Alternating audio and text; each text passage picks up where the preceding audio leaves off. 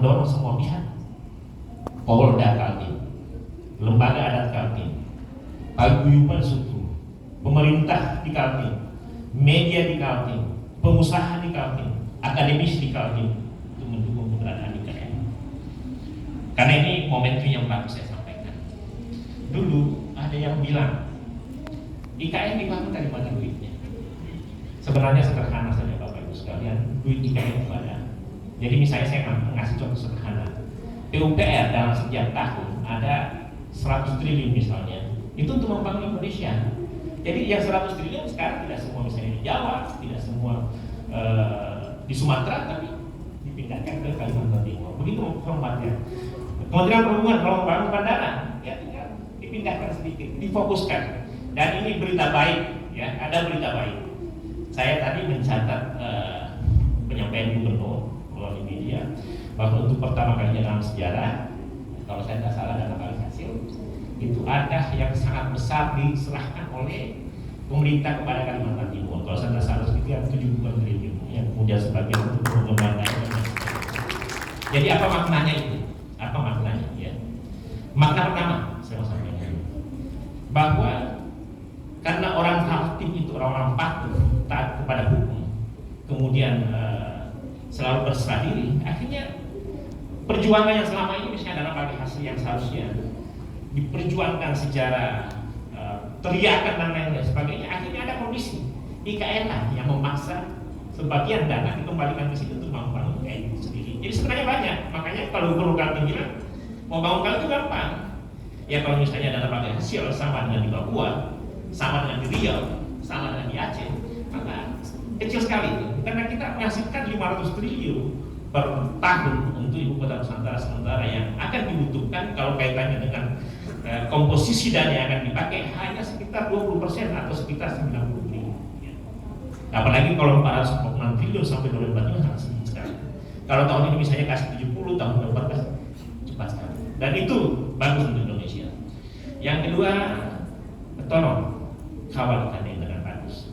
Kalau tidak ada IKN, itu tidak mungkin anak-anak kita akan diperhatikan. Itu pendidikannya, trainingnya. Sekarang lembaga adat, paguyuban suku dan kita semua bersatu untuk menjadikan warga kita unggul, cerdas, terampil, amanah, ya, sejahtera. Itu salah satu kunci untuk menciptakan ketertiban masyarakat. Ya.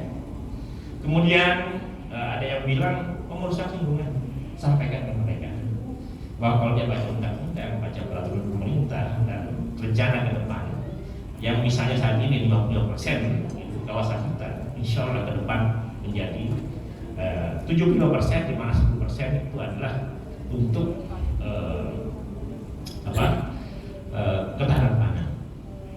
Terakhir Bapak Ibu sekalian, momentum hari ini adalah momentum bersatunya kita semua, lembaga adat dan paguyuban suku bersama Polri. Saya sempat menyampaikan dan otorita itu sudah menyatakan bahwa kemajuan IKN harus selaras dengan kemajuan kota, ya, kota Samarinda, kota Balikpapan. Saya dalam salah satu tulisan sempat menulis, saya bilang kalau misalnya cuma Samarinda, Balikpapan mesti ditambah. Saya memimpikan suatu saat Penajam itu jadi kota. Dan di tulisan saya menulis, saya memimpikan bahwa Kutai Kartanegara Tenggarang itu kembali menjadi daerah istimewa. Ya demi harkat dan martabat kita semua. Nah ini dari sisi akademis dan yang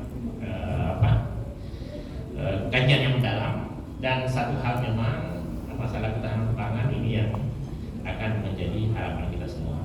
Kata kuncinya terakhir, ketika saudara-saudara lembaga adat, paguyuban suku, Polda bicarakan Tipmas, maka salah satu yang mesti dijaga, jangan biarkan ada ketimpangan di masyarakat, jangan biarkan ada ketidakadilan, jangan ada misalnya masalah sosial, masalah ekonomi, ya.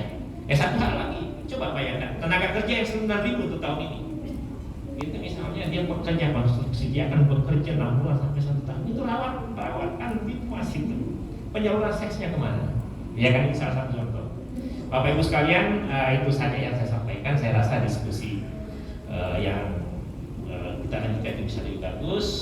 Yang pasti di tempat ini saya sebagai rektor Universitas Balikpapan semoga lembaga adat, kemudian paguyuban suku itu bersinergi dengan Polda, kemudian semoga lembaga adat dan paguyuban suku memberikan yang terbaik kepada bangsa dan negara. Itu saja yang saya sampaikan. Mohon maaf kalau ada kurang. Assalamualaikum warahmatullahi wabarakatuh. Ya, kita berdoa.